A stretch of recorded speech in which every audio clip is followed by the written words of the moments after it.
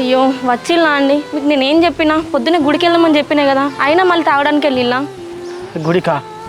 గుడికి ఎందుకే? ఆ దేవుడు నాకు ఏం మంచి చేసినాడు గుడికి పోవాలి? ఎందుకు ఇట్లా మాట్లాడుతున్నారండి? ఇవాళ మంచి రోజు, తాగకండి, గుడికి పోదామని ముందే చెప్పినా కదా, అయినా నా మాట వినలేదా?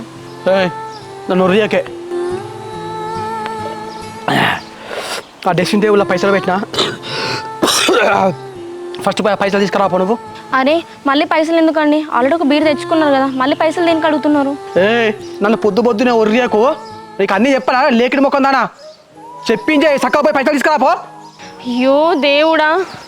అత్తమ్మా. కోడలా? అయ్యో కొడుక, ఏంద్రా నీకు ఎట్లా బుద్ధి వస్తుందిరా? పొద్దున్నే తాగిన వారం మళ్ళా. అమ్మా నీకు అవసరం లేని ముచ్చటిది. నోట్లకి ఒక్క మాట వచ్చినా సీసా తలకాయ మీద వలుతుంది. లేకిడి మొక్కం దానా, నువ్వు పోయి దాంట్లో పైసలు తీసుకురాపో. సరే అండి, నేను డబ్బులు తీసుకొచ్చి ఇస్తాను. మీరు ఫస్ట్ అయితే స్నానం చేసి కొంచెం ఏమైనా తినండి, డబ్బులు తీసుకొచ్చి ఇస్తాను నేను. మెంటల్ మొక్క నానా ఉర్రియాకని చెప్పినా, స్నానం లేదు, టిఫిన్ లేదు, ఏది లేదు. ఆ డ్రెస్సింగ్ టేబుల్లో పైసలు లేదు, తీసుకొని రా, నేను పోవాలి బయటికి ఇప్పుడు. ఇగో ఉన్న వాస్తవం చెప్తున్నా అండి, ఆ కరెంట్ ఆయన వచ్చి కరెంట్ కట్ చేస్తా అంటున్నాడు, అందుకే డబ్బులు ఇచ్చేసిన. పిచ్చి ముఖం దానా, వాడు ఎవడే పిచ్చ ఊంట్లో ఇంటికి వచ్చుడేంది, వాడు పైసలు అవ్వడేంది, నువ్వు ఇచ్చుడేందే వానికి? ఒక్క మాట నాకు చెప్పవానే వాడికి ఇంటికి వచ్చినప్పుడు? నేనే కట్టమన్నారా కొడుక? మరి వాడు కరెంట్ కట్ చేస్తానన్నాడు, మరి చీకట్టు ఉంటాం మరా మనం? అట్లా కాదే, ఇంట్లో మీ పెత్తనం మీద నాకు అర్థమైతలేదు.